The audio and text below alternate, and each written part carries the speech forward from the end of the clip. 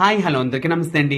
ఈరోజు అయితే 10 కిలోల పులావ్, పన్నీర్ కర్రీ, పెరుగు చట్నీ ఆర్డర్ అయితే వచ్చేసిందండి. ఇంకా లేట్ చేయకుండా భీముడిలాగా గరిటె పట్టుకుని వంట చేయడం అయితే స్టార్ట్ చేశాను. చుట్టూ గిన్నెలో నూనెసి కొంచెం గాబర పడకండి, వంట కదండి తప్పదు, అవి అలానే ఉంటాయి. ఈరోజు అయితే నా లైఫ్లో మర్చిపోలేని రోజు, చాలా సంతోషకరమైన రోజు అనమాట. నా సంతోషం ఏంటి అన్నది మీతో షేర్ చేసుకుందాం అనేసి వీడియో చేస్తున్నాను అనమాట. మా ఇంటి దగ్గరలో వినాయక చవితి సెలబ్రేషన్స్ అయితే చాలా బ్రహ్మాండంగా చేస్తారు. వీళ్ళు మా ఇంటి దగ్గర అంటే 4వ వార్డు అనమాట. ఈరోజు ఊరేగింపు అనమాట వాళ్ళది.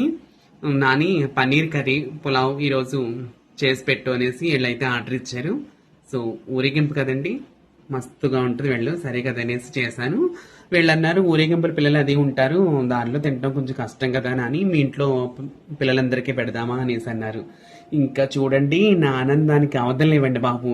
పెడదామా కాదు, పెడదాం తీసుకురండి పిల్లల్ని అందరిని అనేసి చెప్పాను.